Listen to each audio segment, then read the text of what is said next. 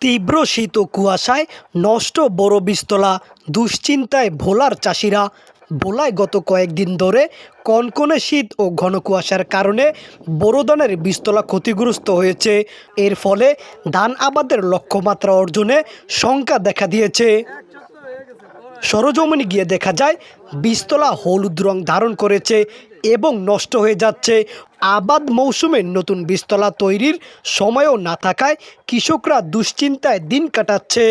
চাষিরা জানিয়েছেন, শীত ও কুয়াশার প্রকোপ থেকে বীজতলাকে রক্ষা করা যাচ্ছে না, যা বড় আবাদের লক্ষ্যমাত্রা পূরণে বাধা সৃষ্টি করছে। জেলার দৌলতখান উপজেলার দক্ষিণ জয়নগর ইউনিয়নের ২ নম্বর ওয়ার্ডের পশ্চিম জয়নগর গ্রামের কৃষক সাইদুর রহমান ও মোহাম্মদ ইসমাইল জানান, তারা দুজনেই পৃথকভাবে ১৬ শতাংশ জমিতে বড় বীজতলা করেছেন, কিন্তু গত কয়েকদিনের ঘন কুয়াশায় ও তীব্র শীতে তাদের বীজতলা ক্ষতিগ্রস্ত হয়েছে।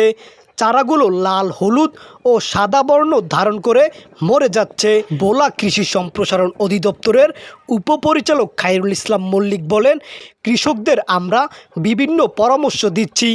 যদি শৈত্যপ্রবাহ বা বিরূপ আবহাওয়া বেশি প্রকোপ দেখায় এবং বড় চাষ ক্ষতিগ্রস্ত হয়, তাহলে বিকল্প পরিকল্পনা নিয়ে কাজ করা হবে।